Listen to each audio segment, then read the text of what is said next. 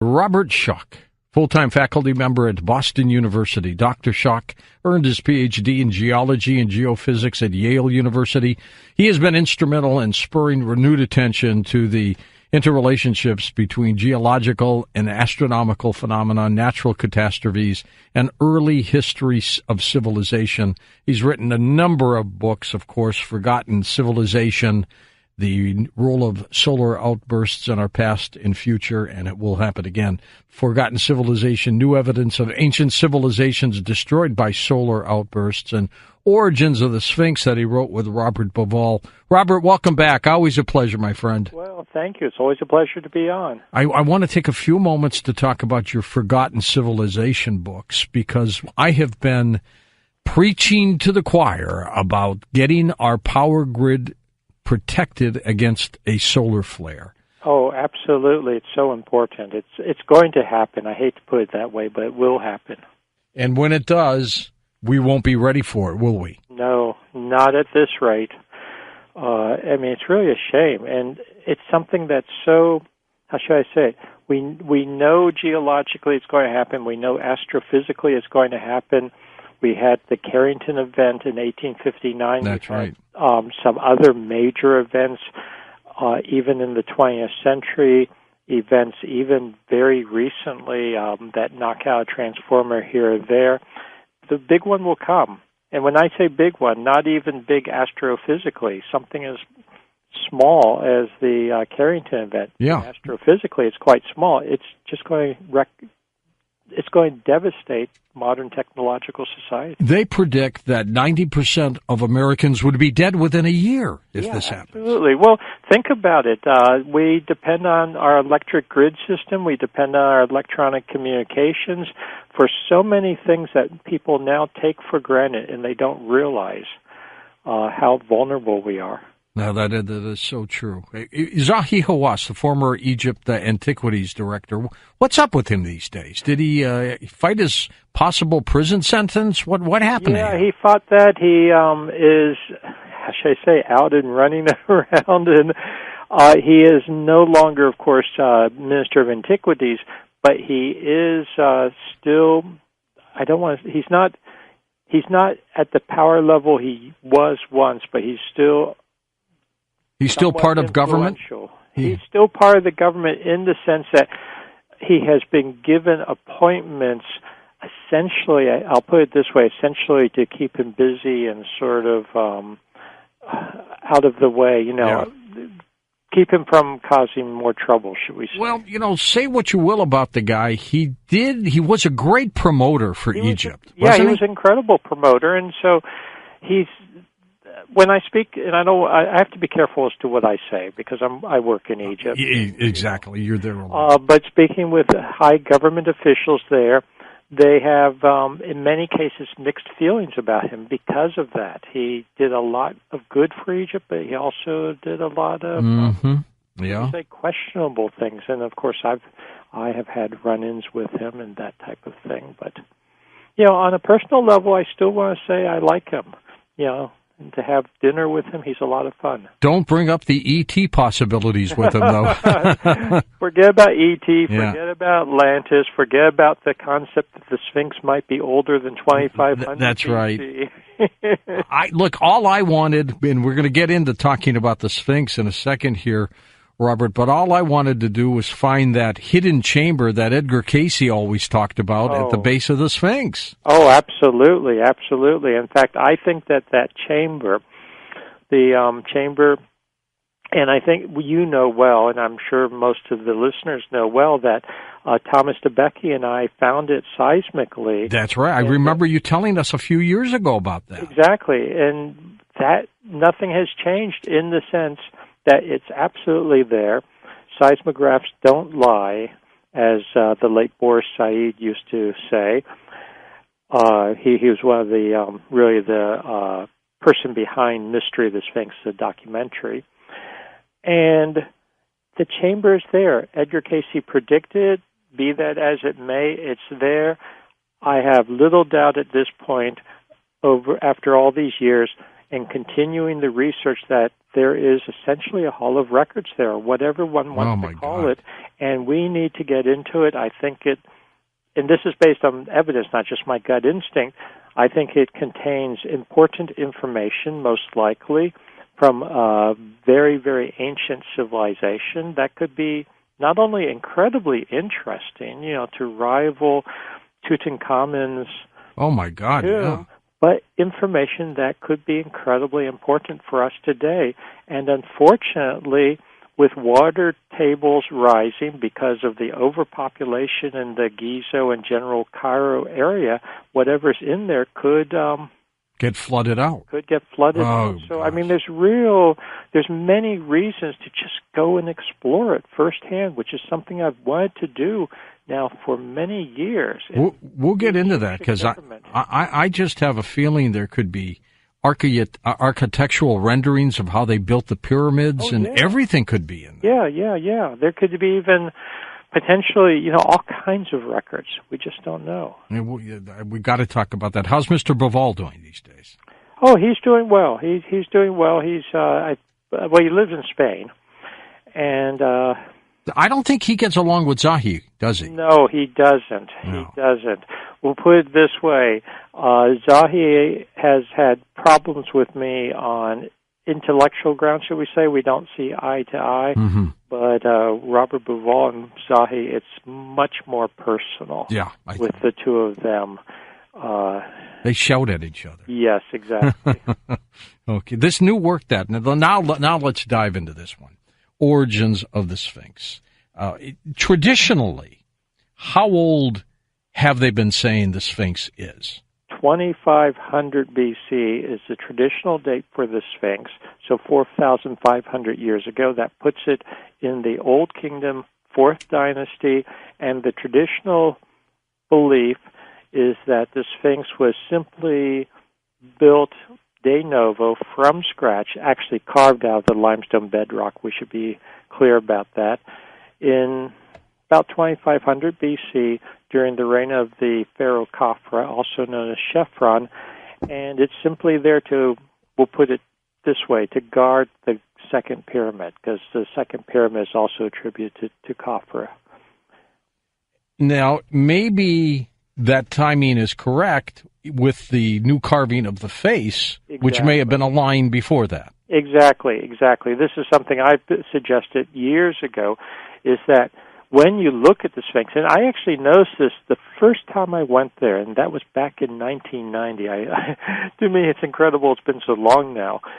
The head is much too small for the body. It's disproportionately small.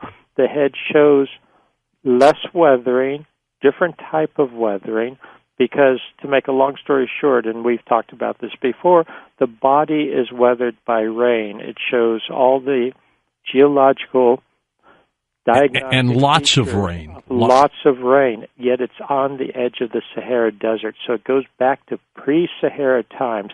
But the head is not weathered that way. Furthermore, it's too small for the body, and I'm absolutely convinced, and really there's no doubt about this, even Egyptologists are coming on board with this, that it is not the original face, it's not the original head, it's been recarved. So the recarving is not problematic as far as I'm concerned, and that was done in dynastic times, and there's actually suggestions at this point that it was not even recarved to look like Khafra, but we talk about in Origins of the Sphinx that there's a pretty sound argument, even among certain Egyptologists, that it may have been carved possibly to look like Khufu, who was the builder or reputed builder of the Great Pyramid prior to the Second Pyramid. So even the Egyptologists can't agree as to whose face it might be. Also, when you look at that face, most people, if they have no preconceptions, and I want to be politically correct here in America, it's a black face. It's a Nubian face. It's an African face. Which some Egyptians are. They look that way. Well, something that we have to remember is that ancient Egypt is an African civilization. At least that's true. Early dynastic Egypt is an African civilization. It's not a Greco-Roman civilization or a Mediterranean in that sense. Yes, of course, it's on the Mediterranean, but it's really an African civilization. That's a good point. So if some say the Sphinx was created 2500 BC, what does Robert Schoch and Robert Bauval say? Robert Schoch and Robert Bauval say that the Sphinx goes back to before the end of the last ice age. It goes back to about the 11th millennium BC, or to use round numbers, 10,500 or so BC, 10,000 BC, just to be have a nice round number, 12,000 years ago, not 4,500 years ago.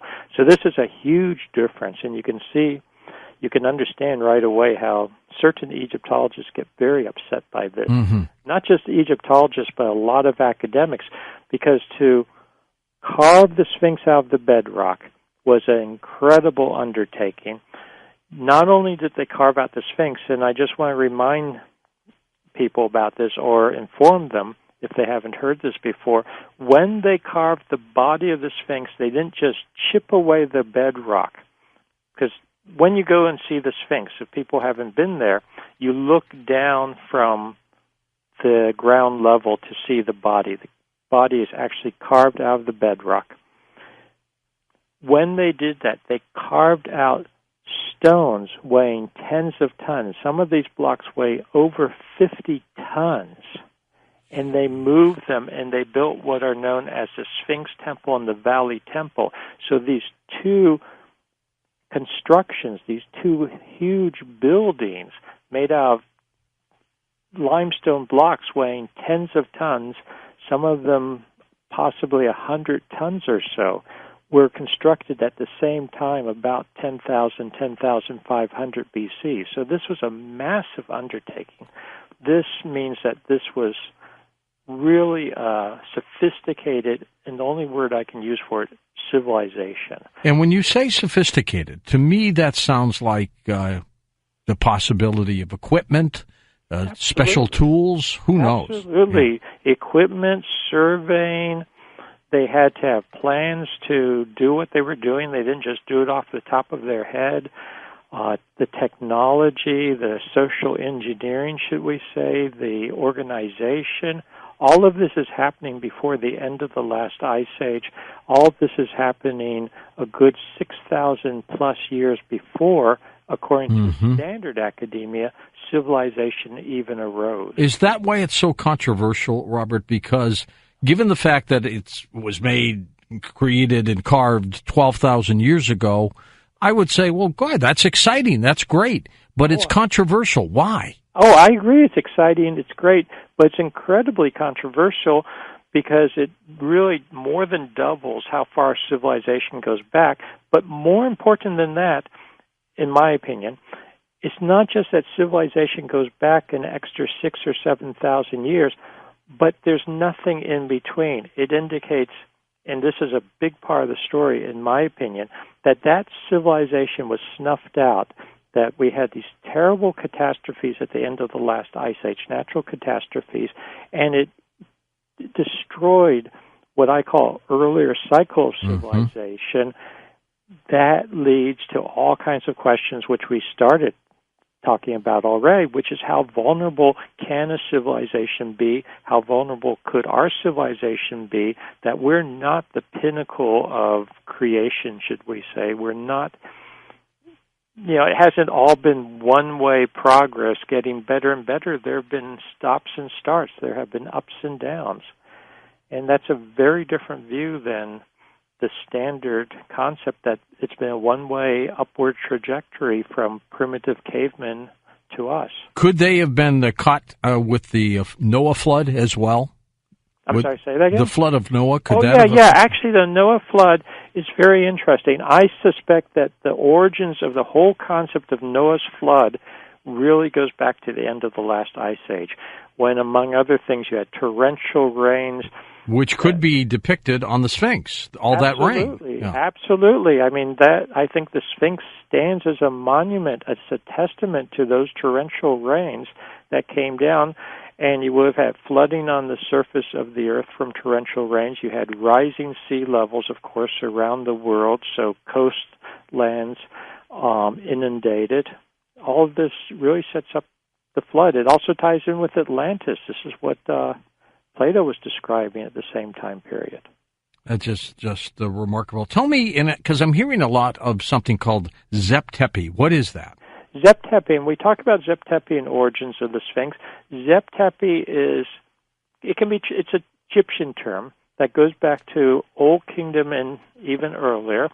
It can be basically translated as the first time or the beginning of time, the beginning of creation, the first civilization. And the ancient Egyptians in 3000, 2000 BC, the time when supposedly the Sphinx was built, they were talking at that time about essentially an earlier civilization, one that was thousands of years earlier, that they had inherited remnants from. And this was what they called Zep-Tepi, this much earlier time period, and everything they traced back to Zep-Tepi. When you put Zep-Tepi into a time frame, you're talking about 10,000, 10,500 or so BC.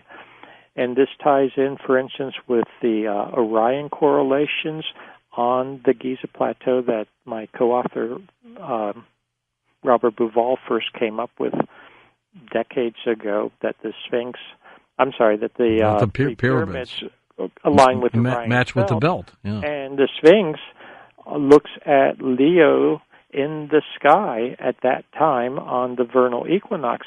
So this is the first time, or the time of, should we say, the beginning of, I shouldn't even say beginning, I really want to say pinnacle of an earlier civilization, which the ancient dynastic Egyptians acknowledged explicitly, yet the Egyptologists in the 19th, 20th, and 21st centuries have contended that they know better about ancient Egyptian history than the ancient Egyptians did. Yeah, and they don't seem to want to hear anything about the possibility that the civilization went back further.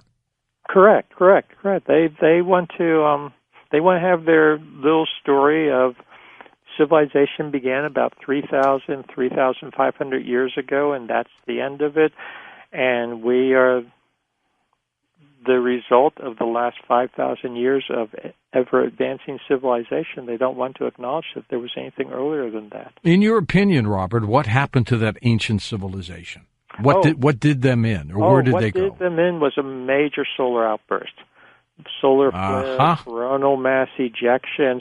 This is what ended the last ice age. And we now know this. I'm a geologist. We now know this very distinctly from ice cores, primarily from Greenland, from sediment cores around the world, from geological evidence, from archaeological evidence, that there was a major catastrophe in 9700 BC. It was a solar outburst, and that caused a cascading effect of natural events on Earth. You had solar flares, coronal mass ejections, what's known as electrical plasma discharges from the sun that hit the Earth, hit glaciers that were kilometers thick at high latitudes. We still have glaciers, of course. We do. Robert, hang with us. We're going to take a quick break. We'll come back and talk more. Origins of the Sphinx. And welcome back. Robert Schoch with us. He is the co-author with Robert Bauval, Origins of the Sphinx. Robert, my late father was born in Cairo. He was not Egyptian, but that's where his mother was when he was born. That's interesting. That's very interesting. But he was fascinated with all this. I mean, my gosh, he would have loved your book, by the way. Oh. Maybe he's reading it where he is up there. Exactly. Back to the catastrophes that may have done them in. We know from an X-flare that you don't physically get killed from the burst, but that it does all these other things. Is that what happened to them? Well, no. I think actually at the end of the last ice age, it was more than just X-flares. It was probably really a whole series of different X-flares and electromagnetic pulses, but also coronal mass ejections and actually protons and electrical discharges being so powerful that they drove down to the surface that literally you can think of as huge lightning bolts, but not atmospheric lightning, but huge electrical discharges in some places actually hitting the surface.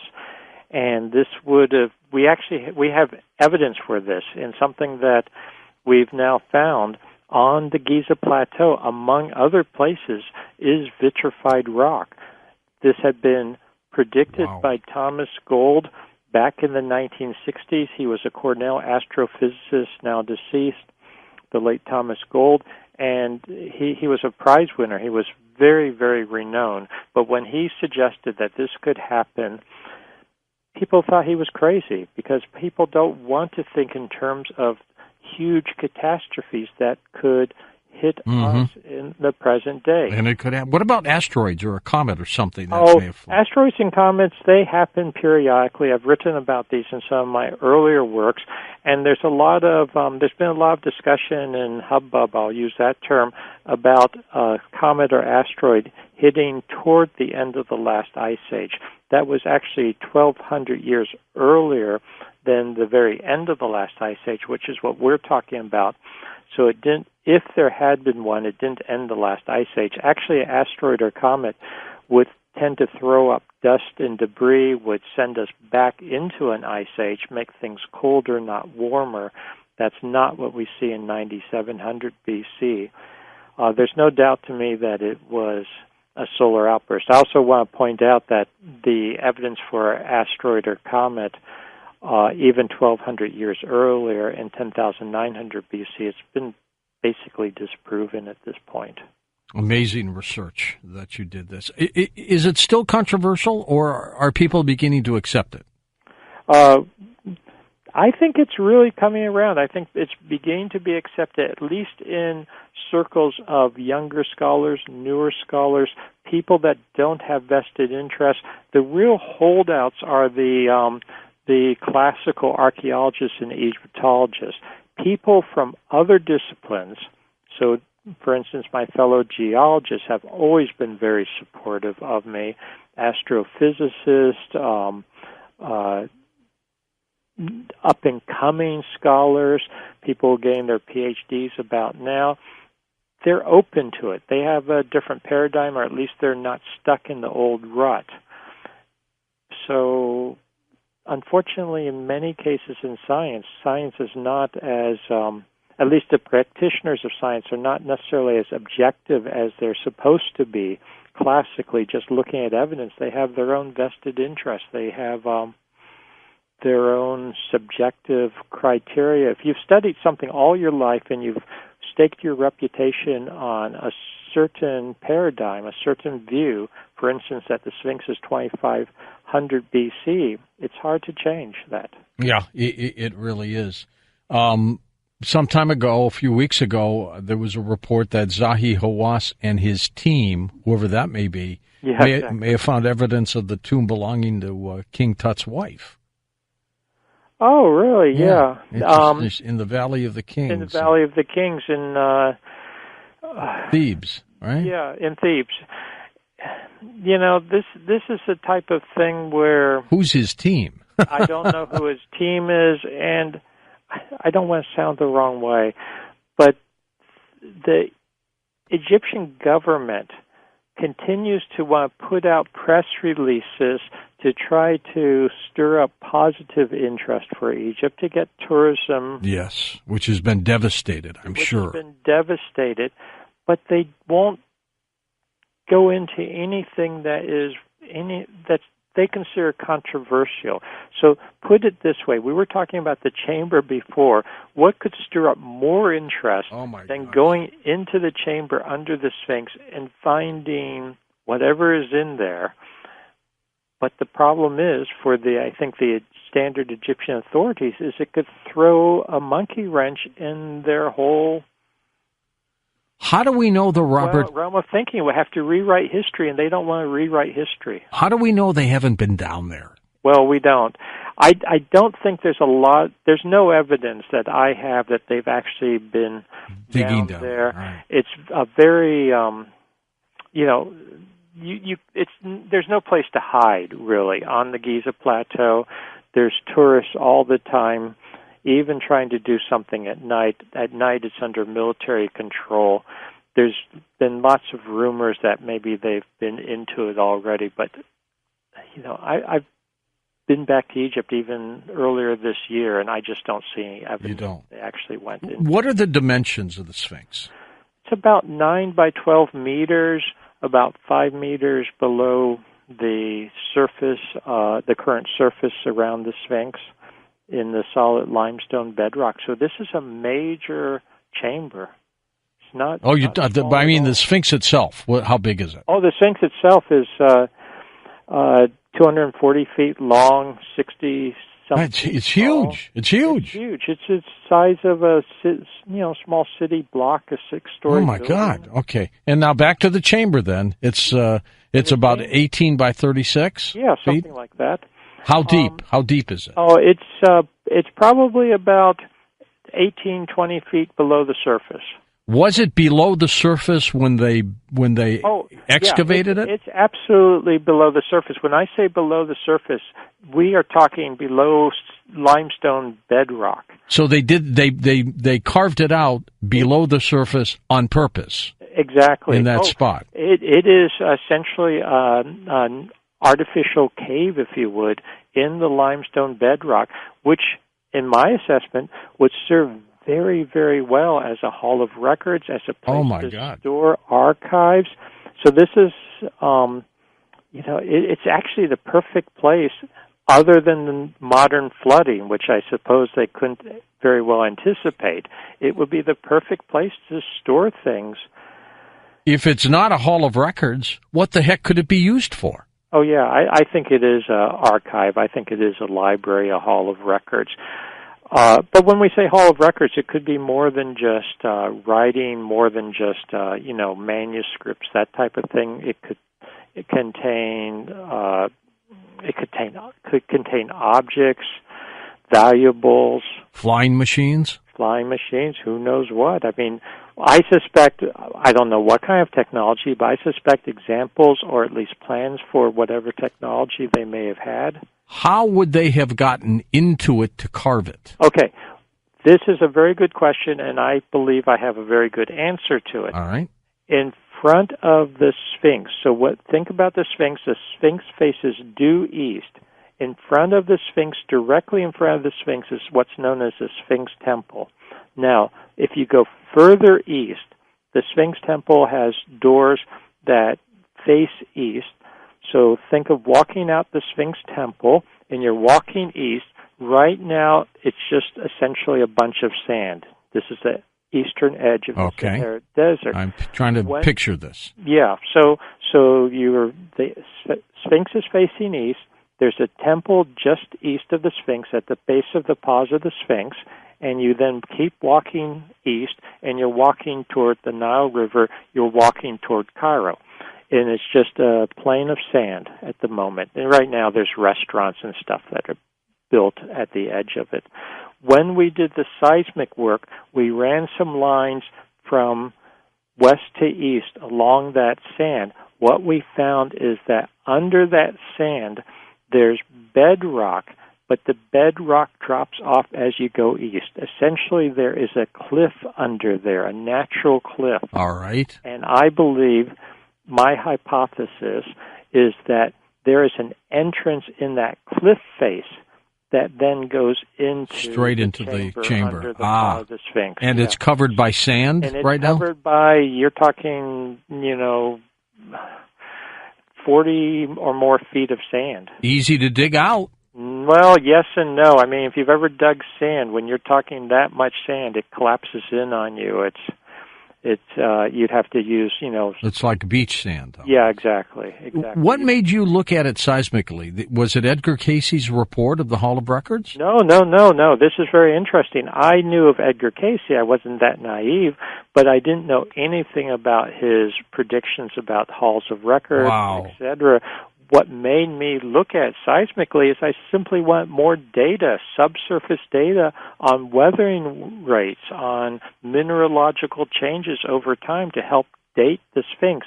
And it gets very technical, and I do talk about this in Origins of the Sphinx, but the seismic work, to me, is very pivotal, very key to the dating of the Sphinx and being able to calibrate the subsurface mineralogical changes that we can pick up seismically. So that was really the primary reason for doing the seismic So you work. had no idea Casey had said that at the base of the Sphinx there's a Hall of Records, folks? None whatsoever. Oh. Now, had you known that, though, Robert, would that have sparked your interest even more? It would have sparked my interest even more, but it would have put me in a more vulnerable position also academically, because people could claim that I was just going there to prove Edgar Cayce, and that doesn't sound good in classical academic circles. Academia doesn't and like so I that. think I'm actually in a better position having not known about it and discovered it, and I did not find out that Edgar Cayce had predicted this until one of his sons, Edgar Cayce. Edgar Cayce Jr. That's right, his junior, who's now deceased. Right, he died a few years ago. Yeah, but he called me, and I remember to this day, and you know how there's certain things where you just have this incredibly vivid memory like it was yesterday? Yes, like the Kennedy assassination. Exactly, and I have this sitting in my office at Boston University, picking up the phone, and there he is on the other end telling me about the prediction his father had made, and he said bluntly to me that I had found it. And it was in writing. They've had it documented. Oh, absolutely. I've seen the original transcripts now. Of course, it was published widely. Those that are into Edgar Cayce knew about it. I just, that I knew who he was, as I said. Were you blown away when the son called you and told you what the father's prediction was? Yeah, it was amazing. It was amazing.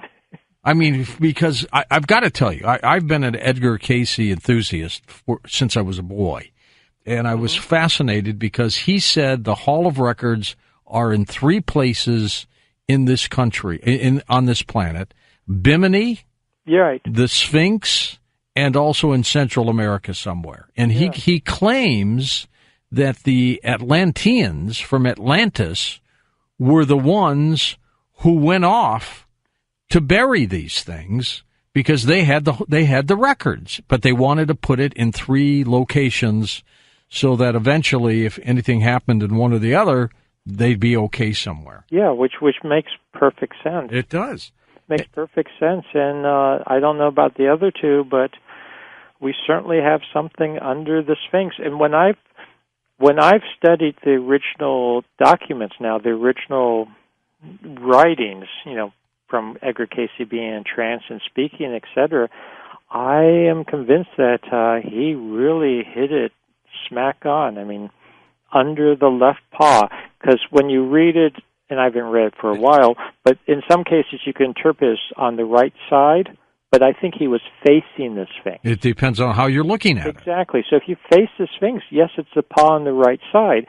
I think of it as a left paw because I think of the Sphinx as the animal. Looking out, yeah. The animal's left paw. So, I mean, he really got very, very, very accurate level. I mean, some of the greatest discoveries could be there. Absolutely. No, I think this could rival any archaeological discovery that's ever been made. It wouldn't be like Al Capone's tomb or anything like that. Where there was nothing there. Or the vault, or whatever it was they were looking for. all that, and then there's Well, what would it take to investigate and go down there and look inside? Oh, right now, I think the easiest way to do it would simply be to drill a very small hole and put with a camera. That is the way I would start. And light it up, of course. Light it up and start imaging a little bit, not unlike the famous little door in the shaft of the Great Pyramid where they drilled into it. Was what was that, the Gattenberg? Yeah, or something like that? Gattenbrink, yeah.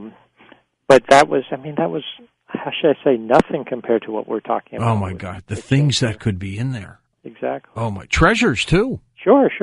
I mean, there could be all kinds of treasures. both in an intellectual sense, but also in a crude physical sense. Oh, my God. Legally, what do you need to do this? Get permission from the Egyptian government and raise money.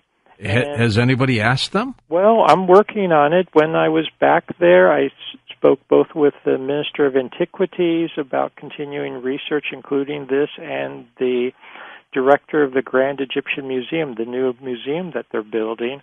And this is now a regime change since the Mubarak days, and the days when Zahi Hawass was the absolute dictator of antiquities in Egypt. Jay, I think, and this is just my guess, but I have a feeling Mr. Hawass may have sold off some of those artifacts. Well, yes. There's been lots. I have on fairly good authority that things like that have happened. Yeah. There's been.